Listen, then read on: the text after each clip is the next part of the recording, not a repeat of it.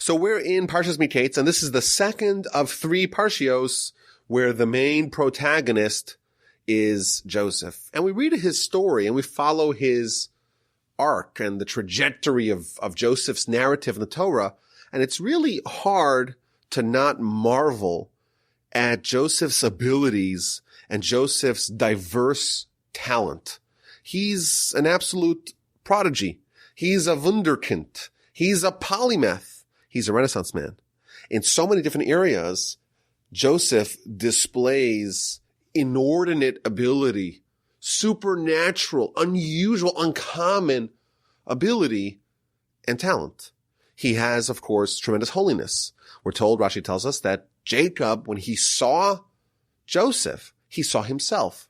And he dedicated all his teachings and energy to teach Joseph everything he knows, everything that he studied, all of his Torah. And Joseph, when he is alone and he's abandoned, he never loses his faith. He's able to see God's handiwork in all the bad deeds of others. He has tenacity in resisting sin. He is very adept at dream interpretation, but he never forgets that all his abilities come from God. He attributes all his talents and all his abilities to the Almighty. And this is Parsha. He has this incredible overnight transformation. And at the age of 30, he's running the world's most powerful nation. And he undertakes perhaps the most ambitious project in history, organizing and stockpiling enough food to feed the entire world for 7 years. How's that for a 5-year plan? Think about what goes into that. The infrastructure, the foresight, the logistics, the politics, the management. What does it take to mobilize a nation to dedicate 7 years in anticipation, in planning for 7 years of famine? And Joseph pulls it off flawlessly. If we had to make a ranking, who's the most talented person in the Torah? Maybe you'd say, hey, Noah, he built this big boat. He's clearly a very gifted engineer. We're told that he invented the plow. Noah, maybe there's an argument for Noah. Abraham, of course. Moses maybe makes a good case. But I would imagine it's really hard to beat Joseph in the question of sheer talent and sheer ability. And here's the question I want to ponder today. And this is a question that I'm really obsessed with. And I've actually asked it to dozens of people over the past couple of weeks. Joseph is bursting with talent. He's bursting with ability. And he actually actualizes those talents. And the question is, how did his brothers not see it? How did they miss his incredible talent? When Joseph was a kid, maybe a young man, a teenager, they disregard him. They say he's a worthless dreamer. And the only question is, should we kill him? Should we sell him as a slave? He has dreams that he's going to be king over them, and in their eyes, it's total fantasy. Joseph goes to Egypt. Eventually, once the famine hits, the brothers go to Egypt as well to get food, but also to search for Joseph. And they're on the lookout to try to find him. Maybe they could find him. Maybe they reclaim him, bring him back to his father. And the Midrash tells us that they entered Egypt in 10 separate entrances to increase the likelihood that one of them will bump into Joseph. And the Midrash tells us that actually they spent their time looking through all the brothels and all the places of ill repute in Egypt, because that's where they thought Joseph would be. And eventually, they're actually standing in front of the very person that they're desperately searching for. And he, after all, is their brother. He's the half-brother of most of them, and he's the full brother of Benjamin. And we're told, by the way, in the Talmudic sources that Joseph actually looked exactly like Jacob. So they're looking at a spitting image of their father. And they're on the lookout for Joseph. And they knew his dream. But it was an option that they never entertained. They never considered that maybe Joseph would become a king. And it's staring them right there in the face. And they're looking right at it. And they missed it. And Joseph, of course, he toys with them. He's winking at them. He's playing all kinds of games with them. In fact, once they bring back Benjamin, he invites them to come over for a meal, and he seats them in the order of their age. And they can't imagine. They're incredulous. How does he know? How does he do this? And of course, you and I are like reading this story and we're like, don't you get it? Don't you get it? This is Joseph. And they just don't see it. So Rashi tells us, quoted from the Talmud, well, Joseph, when he left, he was 17 years old and he didn't have a beard.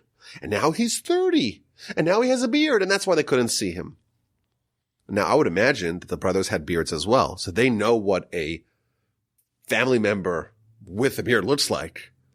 And it's kind of a little bit strange, if you think about it. I have a daughter who is 20 months now, a little less than 2 years old, and I have a beard, but a few years ago I was clean shaven. And if I show her a picture of what I looked like 3-4 years ago, she right away could spot that's me. So obviously having a beard alone doesn't truly mask the person. So the Ramban tells us, well, Joseph, when he saw his brothers coming in and he wanted to disguise himself, he contorted his face, he adjusted his crown, maybe he wore some makeup that distorted his features. But come on, they're looking for him. And they're going through all the brothels, and they're going through all the places where they would imagine a lowlife to be hanging out, and they never, in their wildest dreams, they never imagined that he would actually make it to the palace. The brothers never considered that Joseph has great leadership, great potential for greatness within him. We'd have to say that these brothers were terrible talent evaluators. They spent 17 years with arguably the most talented person in history, and they never knew it. They were oblivious to it. They have this gaping blind spot that did not allow them to see who Joseph was and what he could become. And I think this raises an important question. Why were they so bad at seeing Joseph's potential? How did they miss it? It was staring them in the face, and they just couldn't see it. I think this is a very important question for us to ponder in general. Any good parent, any mentor, that's what they have to do. They have to try to isolate and identify the talents and the abilities, the innate abilities of their charge, of their child, of their pupil. And once you know what gifts a person has from God, you try to cultivate that. You try to create an environment where that could surface, where that could flourish. So I think it's very important for us to figure out, how did the brothers not have the necessary quality that we must have if we want to be good pedagogues, if we want to raise good children or be a mentor for others? What I find interesting is that Joseph is not the only one whose brothers did not appreciate his talents. Of course, the family of David, they also don't imagine that David is worthy of becoming the king. And this story is told, of course, in the book of Samuel. After the first king of the Jewish people, Saul, he doesn't destroy the family of Amalek, and he is going to be deposed. And God tells Samuel, go to the family of Jesse, the family of Yishai. One of his sons is the next king. He travels and he goes to Jesse's family, and they line up the 7 sons, and he goes through one by one, and none of them are qualified. And he asks Jesse, well, do you have any more sons? And Jesse responds, well, there's this other boy, and he's a little bit odd, and he likes to hang out with the flock, and he's a shepherd, and he's into music. He's not your guy. He's a redhead, ruddy face. He's not going to be the king of the Jewish people. You don't need to worry about that. He's not your man. And Samuel says, well, let me see him anyhow. And David comes, and he's like the laughing stock of the family. He's the black sheep of the family. And Samuel pulls out the anointment oil, pours it over his head, and says, you are the king of Israel. And of course, David goes on to becoming one of the great heroes of our history. But even his own family, even Jesse and his brothers, the brothers of David, they did not think that he had the chops. His own family disregards him. One of my favorite verses of the book of Psalms is Evan Moasu Habonim. There was a stone that even the builders, even the supposed experts, they despised. They failed to realize what it was. And eventually that stone, Haisel Rosh Pina, became the cornerstone. So we have these parallel stories. Two of our history's greatest leaders, they're woefully undervalued by their own family. And how did the people who were so close to greatness, how were they so dreadful at noticing it, at appreciating it? I think a few weeks ago as well in the Parsha, we had the story of Judah and his daughter-in-law Tamar. Tamar marries Judah's oldest son. He dies. The next son, he dies as well. And Judah thinks that she's a rotten apple. And he doesn't want to give Tamar his third son because maybe he'll die as well. So Judah fails to recognize that it was his sons who were responsible for the death, not Tamar, their wife. And truthfully, of course, you read the rest of the story, she is a great heroine, and Judah missed it. He couldn't appreciate it. He has a blind spot. My father told me once a story regarding one of my siblings. I'm not going to tell you which one. That he had a conversation with one of the heads of the yeshiva that my sibling was in. And my father was trying to convey a message to the head of the yeshiva, how to deal with his son, i.e. my brother, my sibling, and, what's the best approach? Like any good father wants to lobby the educators, to discuss things and to do what's best for the development and the progression of the child. And the head of the yeshiva said something shocking. He says, "What are you so worried about this kid? Don't you know that nothing will amount of him?" So first of all, that alone is a statement that should disqualify a person from being an educator. If you just heard that an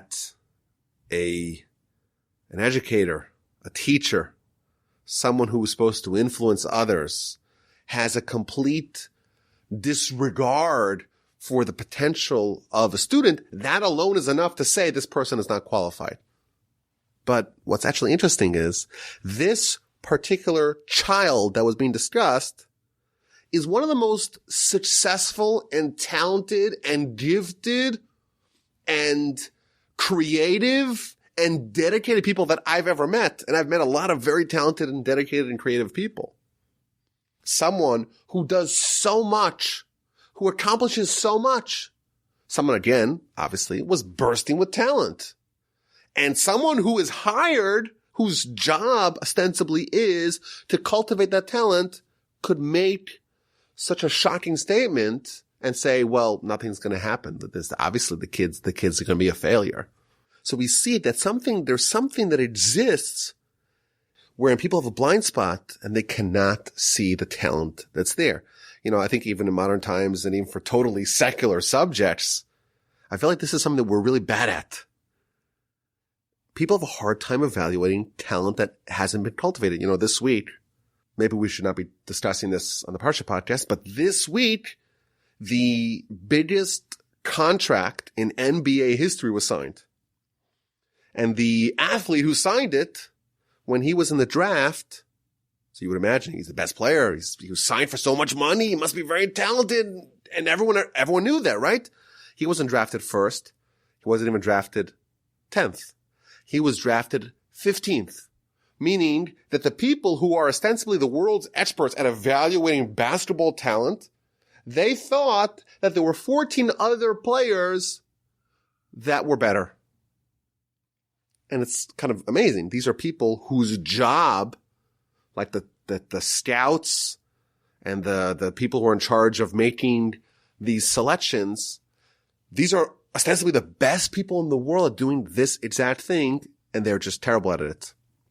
And I think the next example may get me some hate mail, but the greatest NFL football player of all time was drafted at the end of the 6th round, number 199 of his draft, meaning that again, the people that are ostensibly the best in the world at doing this, they thought that there were 198 other players in that particular year who were better candidates than the person, than the athlete that went on to be not just the best player of his draft, but the best player of all the drafts, and everyone missed it. And it's just an amazing thing to just dwell upon and to think about, to ruminate upon, that we're really bad at this. Collectively, shall we say, as a species. But even people like Joseph's brothers, who of course are hailed as great heroes of our history, the fathers of our tribes, they didn't see it. Now, on the flip side, you have stories from our history where people were able to identify the great talent that was latent within certain people. For example, Talmud tells us a story of Rabbi Yochanan, who was the greatest rabbi in the land of Israel in the 3rd century of the Common Era. And he was once bathing in the Jordan, and there was a bandit who was like a thief and a murderer, a head of a group of conquistadors. And he was jumping over the river. I don't remember exactly if he was jumping over the river or into the river, but he was someone who was displaying tremendous physical prowess. And Rabbi Yochanan sees this bandit.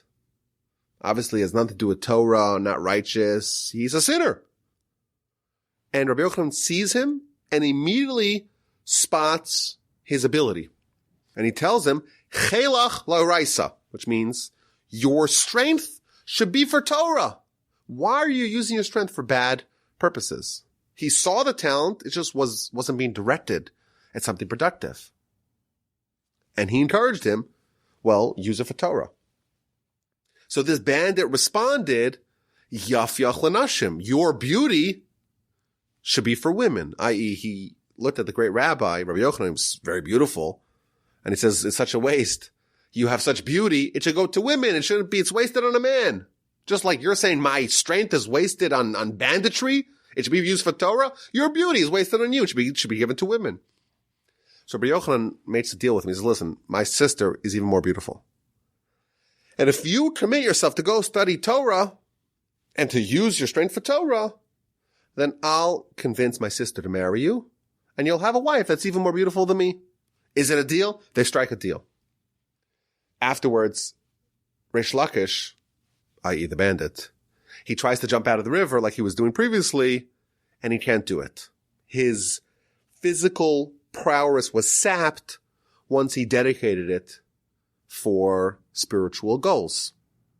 And indeed, what happened? Rabbi Yochanan was the greatest sage in the land, and his new brother-in-law eventually became the second greatest sage in the land because he had all this amazing talent. It just wasn't being directed for a good cause, but once he committed it for Torah, well, he just had a meteoric ascension and became one of the greatest rabbis of history, and is featured all over the Talmud, this great hero. And we see again a story of someone who's able to spot, just looking at someone and just having a passing image of a person and say, I look at you, I'm willing to commit everything. I'm willing to bet the farm that you'll become a great Torah scholar. Instant appreciation of his talent. Similarly, there's the story of Rachel, the wife of Rabbi Akiva. She was the daughter of the richest Jew alive. And Rabbi Akiva was an ignorant shepherd working for her father. And she was able to identify the great talent that Rabbi Akiva had. And she said to him, I will marry you if you commit yourself to go study Torah. And they made a deal. And her father disowned her. Rabbi Akiva went to go study. 24 years later, he's the greatest sage in the land. Again, Rachel, the wife of Rabbi Akiva, had this ability that apparently the brothers of Joseph did not have. She could just see a person and right away be able to forecast what will be in the future if this person marshals all their abilities, if they put it all together, what will they result? And she was, of course, vindicated. So they're able to see, i.e. Rabbi Yochanan and the wife of Rabbi Akiva, Rachel, they're able to see the latent potential that no one else saw, and yet the brothers of David and the brothers of Joseph were not able to see that.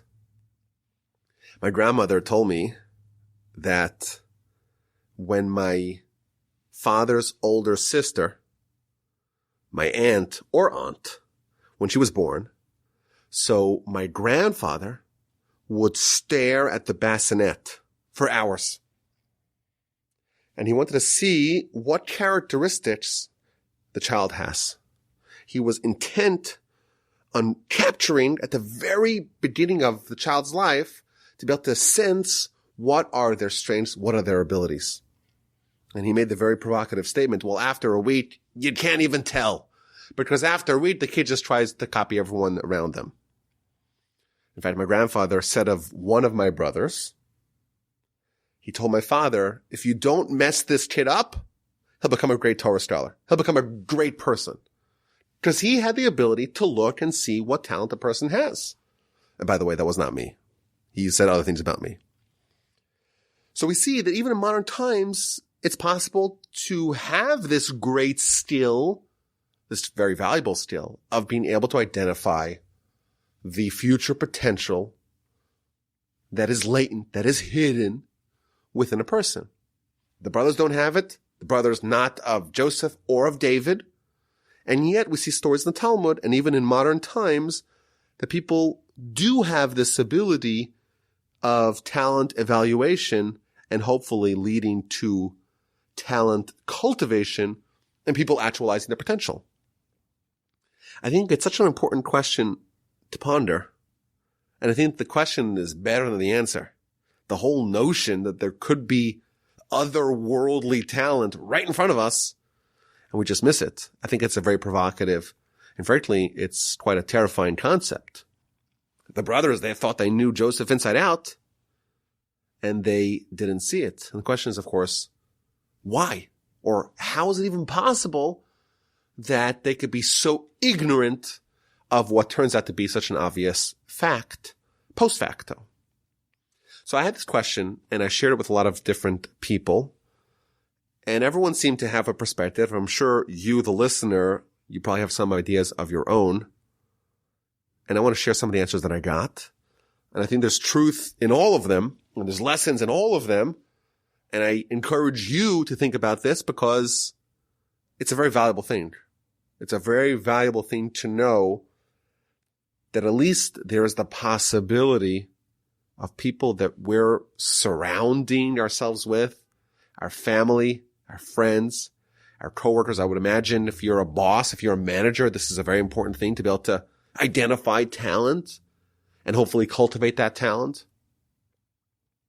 Maybe even within ourselves to identify our own gifts, our own potential, our own abilities.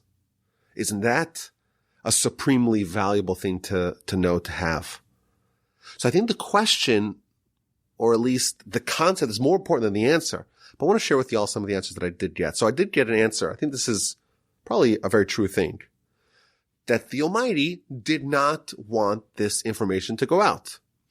He wanted the brothers to have enmity towards Joseph in order to effectuate the sale of Joseph and the cascade of events that followed, ultimately fulfilling the promise made to Abraham all the way back in the beginning of Genesis, when Abraham was told that you should know surely that your children will be foreigners of foreign land and they'll be oppressed and they'll be enslaved for 400 years and then they will leave with great wealth. So I think that's probably the true answer. The Almighty, so to speak, created this artificial obfuscation of Joseph's talent in order to effectuate everything that followed. But I think there's another point here. I think the brothers were predisposed to find Joseph's flaws. You can only see what you allow yourself to see. And you will not see what you don't want to see. Envy will make you blind. Hatred will make you incapable of seeing the good in other people. They hated Joseph. And they didn't want him to succeed. And that made them blind to his talent. Unless you love someone, you are incapable of seeing anything other than their flaws. If you want to see someone's greatness or someone's potential for greatness, you have to love them. It could be staring you in their face, and it won't matter. And I think there's another point to this. Joseph, in his dreams, he portrayed himself as king and them as his subjects. So for them to accept Joseph's premise as being a king, they would necessarily have to accept the fact that their own standing would be diminished. And they even tell him, are you going to lord over us? Are you going to rule us? They were concerned, they were worried about becoming diminished, about becoming smaller. And therefore they judged them relative to themselves, not in isolation. And that perhaps made them biased and faulty judges of talent, and that's why they missed it. There's this wonderful quote from Upton Sinclair that I love. Quote, "It's difficult to get a man to understand something when his salary depends upon his not understanding it."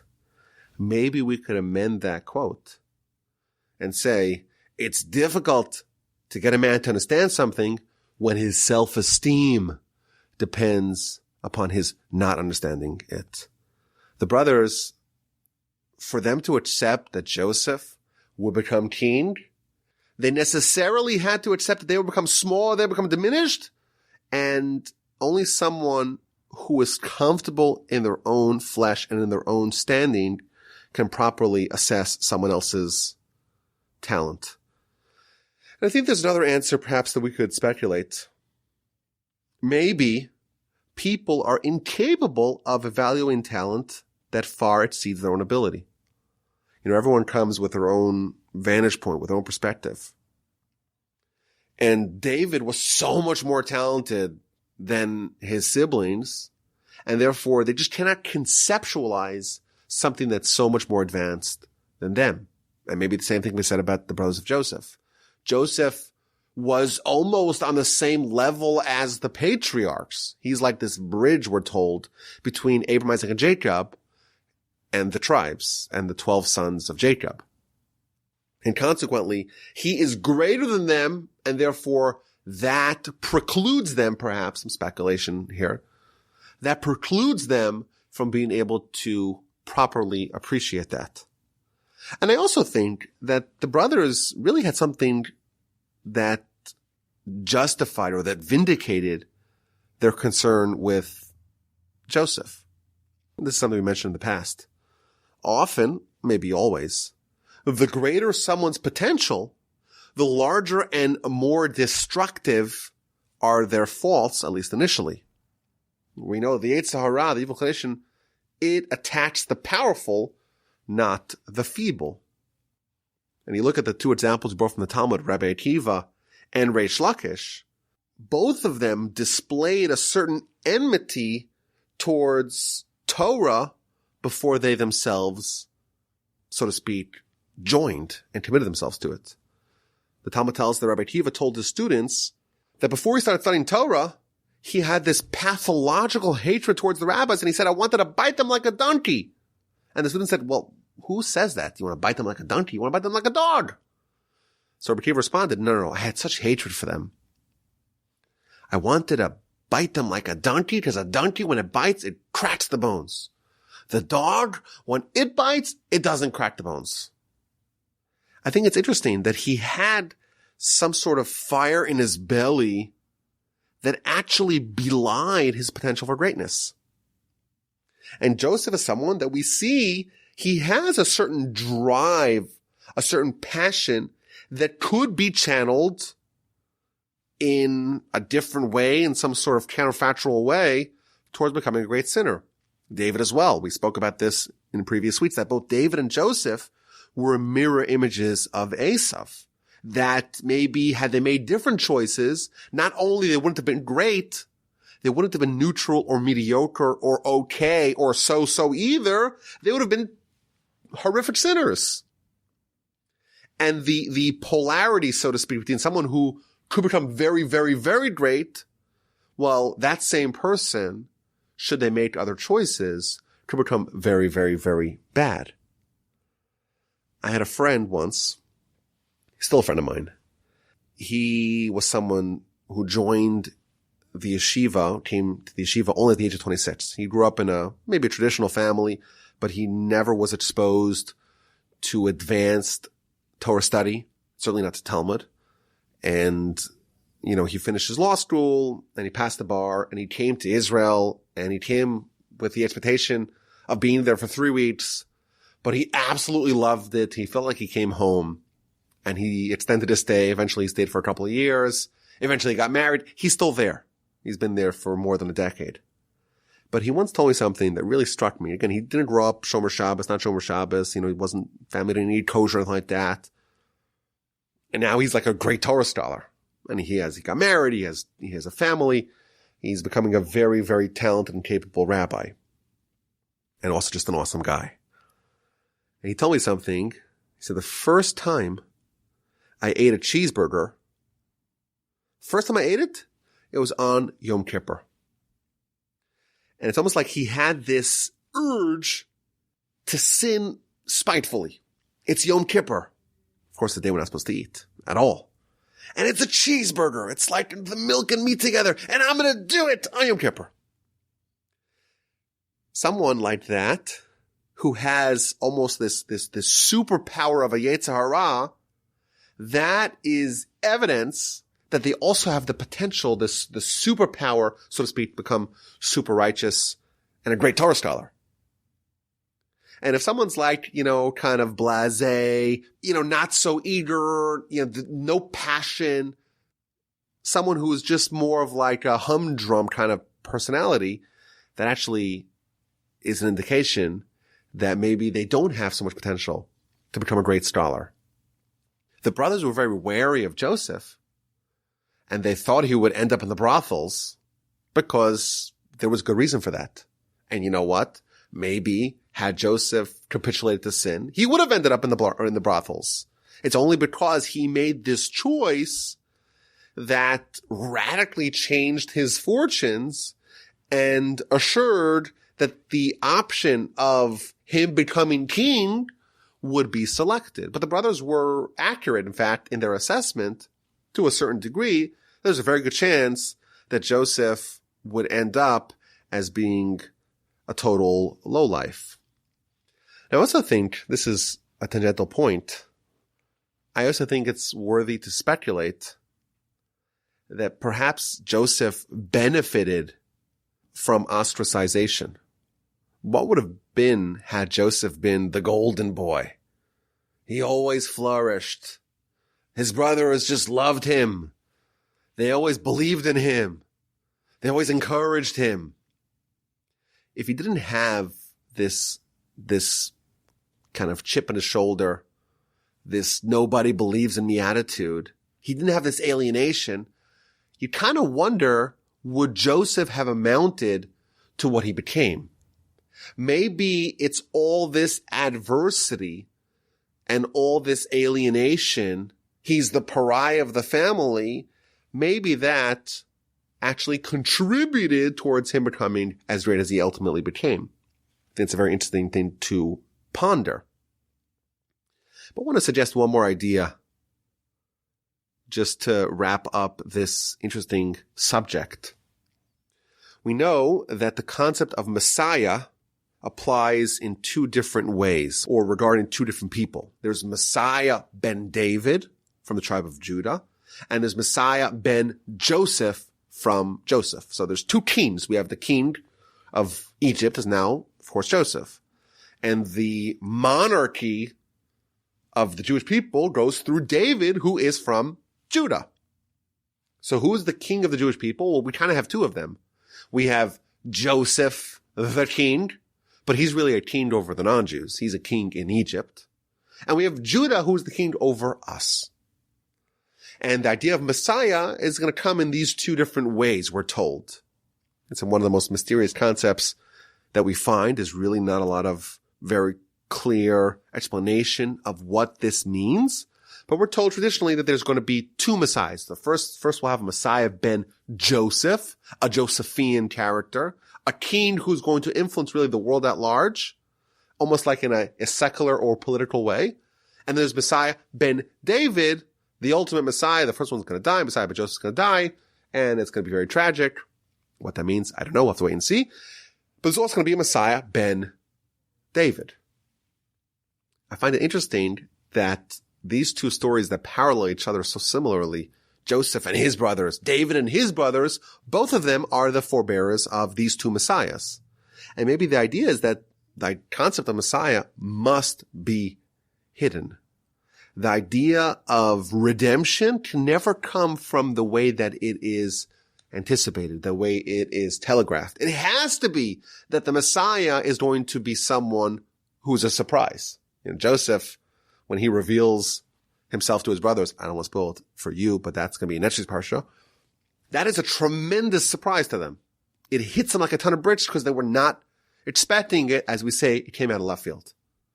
And David as well. And that is the nature of redemption. It's not something that we could telegraph. It comes from God. And when it happens, it's a total shock. It's a total surprise. So maybe that's the idea that David and Joseph, it has to be that their greatness is obscured, at least initially, before they are revealed. Maybe, but I think the general takeaway that I want to pull out of this whole discussion is the entire concept of people having tremendous talent and potential that can be missed. And I think certainly as parents and educators and hopefully maybe even mentors of other people, we have to be very cognizant of the fact that maybe the most talented person in all of Genesis, maybe in the whole Torah, maybe all of history, was someone, Joseph, whose talent was totally ignored and was totally not appreciated by the people that were closest to him. Okay, let's begin with this week's A and Q. Answers and questions. I'm going to give you a question, and you are going to give me an answer, like y'all have done every week now since the beginning of this cycle. Chapter 42, verse 1. This is the first time that the brothers go down to Egypt. Jacob tells his boys there's a famine, and I know that there is food, there is sustenance in Egypt. Go down to Egypt and get the food from there. But the verse concludes, Lama tisra'u. Why would you make yourself conspicuous? What does this mean? So Rashi tells us that actually Jacob had plenty of food. Even though there was a famine and no one around him had food, Jacob actually had plenty. But he was worried that what's going to be when everyone sees that we still have food? Everyone's going to Egypt after all, because Egypt, there's plenty over there, and everyone's going to buy, to purchase from Joseph's stockpiles. Everyone's going to Egypt. And if we don't go, everyone assumes that we have tons of grain, which we actually do, and we're going to make ourselves conspicuous. And in the eyes of the sons of Esau and the sons of Ishmael, they're going to look negatively at us. They're going to be envious of us. They're going to have hatred and enmity towards us because we're showing off we have grain. And therefore, even though we don't need it, go to Egypt anyhow to get more food. That's what Rashi tells us. So here's the question. How is it that the entire world is blindsided by this horrific famine, and only because Joseph knew, thanks of course to the dream, he knew that this was going to happen, he prepared for it, and he stockpiled, and therefore he saved the entire world. But the whole world was not prepared for it. Yet, Jacob apparently anticipated it, and he had plenty of grain, and the only reason why he sent his children to Egypt, it's only because he didn't want to show off. He didn't want to be boastful about it. He wanted to flaunt it and not raise the ire of the descendants of Esau and of Ishmael. How did Jacob know that a famine was about to hit and he needed to stock up? Was Jacob a prepper? Was he a survivalist? How did he have the foreknowledge of the pending famine, he knew about it apparently, and no one else did. And also, why is he specifically worried about the sons of Esav and Ishmael? You would imagine there's other people in Canaan, and they too perhaps would look negatively on Jacob if he has tons of food and they're all starving. Yet Rashi is very clear, and this is quoting from the Talmud, that Jacob has plenty of food, and he's worried if he is going to not descend to Egypt to get food like everyone else is doing, he is going to raise the envy and the ire of the families of Ishmael and Esav specifically. So how did Jacob know to stockpile food, and why is he worried specifically regarding the sons of Esav and Ishmael? That's this week's A&Q. If you have an answer, you can email me, rabbi@gmail.com. So last week I asked the question of why does every stage of Joseph's transformation, why is it precipitated by a dream? Now, on Friday, I recorded a podcast called Hanukkah and Joseph. And if you listened to that particular podcast that was not put on the Parsha podcast channel, it was put on my other channel called This Jewish Life. And if you listen to that podcast, you actually have the answer to the question. And the answer, briefly, I don't want to spoil it for you if you haven't listened to that other podcast, but the answer briefly is that the greatness of Joseph specifically was the fact that Joseph symbolized holiness in every part of your life. Normally, dreams are nonsense. That's what it is normally. It's imagination, it's fantasy, it's not real. It's not real life. And that's why the brothers, they derided him as a dreamer. He wasn't serious. But what actually is Joseph's greatest characteristic was that with regarding him, even the dreams were spiritual. And that's why it's important for every transformation in his life to happen as a result of his particular characteristic. And that is something that we see throughout Genesis, that the great characteristic of every individual is the area in which they're tested, and that's the area also where they advance. Abraham, he exemplifies kindness, and his test specifically is, will you show kindness when God says don't? And thus, it's his kindness that catapults him, so to speak, to the next level. And similar with Joseph, his greatness is the fact that he brings holiness to the places you would not anticipate it, i.e. Egypt, i.e. the dreams or the arena of dreams. And that's why his transformation happens via dreams. Now, I didn't remember when I asked the question that the whole subject of doubling the dreams would actually be featured in our Parsha. When Joseph interprets the dreams for Pharaoh, he tells him, well, the reason why it's doubled, it's because it's about to happen. It's pending. It's going to be immediate. Immediately we're going to have the 7 years of plenty followed by the 7 years of famine. But Joseph is telling us that when a dream is doubled, so of course if a dream is prophetic, that's stage one. But if we have a prophetic dream that's doubled, that means that the actualization of that dream is going to be instantaneous. It's going to be immediate. It's not going to be something that's happening in the future. It's happening now. And of course, the great takeaway of that is that when Joseph, at the age of 17, he has a double prophetic dream that he's going to be king, well, it took 13 years for it to be actualized. Yet he himself is telling us that it happened instantly. Why? Because it was doubled. And thus, he instantly became a success overnight 13 years later. And that's the dichotomy here. On one hand, it's instant, but that means that the process, the ball gets rolling, so to speak, right away.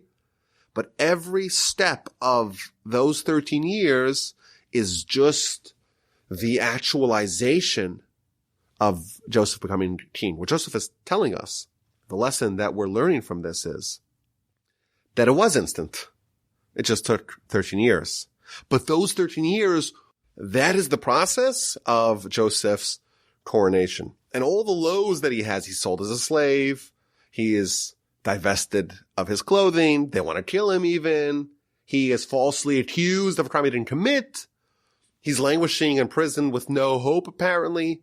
All of those lows were actually the various stages of his coronation. A very powerful idea. And I encourage you, if you have not yet done so, to listen to the Hanukkah/Joseph podcast, Hanukkah and Joseph, on the This Jewish Life podcast channel. And again, as always, it's a total joy and a pleasure to study the Parsha with y'all each week. And I am speaking to you from the wonderful Torch Center in Houston, Texas. Our organization is called Torch, the Torah Outreach Resource Center of Houston. I make one hard request for your support each year, so I'm not making any hard requests, but maybe we'll call it a soft request. If you want to support our organization still in 2020, we are now towards the end of 2020. It's December. Go to our website, torchweb.org, and see if you want to support us. We thank you for your support. We thank you for your listenership. We thank you for your friendship. Have an amazing rest of your Hanukkah. Have an incredible Shabbos, and please God, we will talk next week.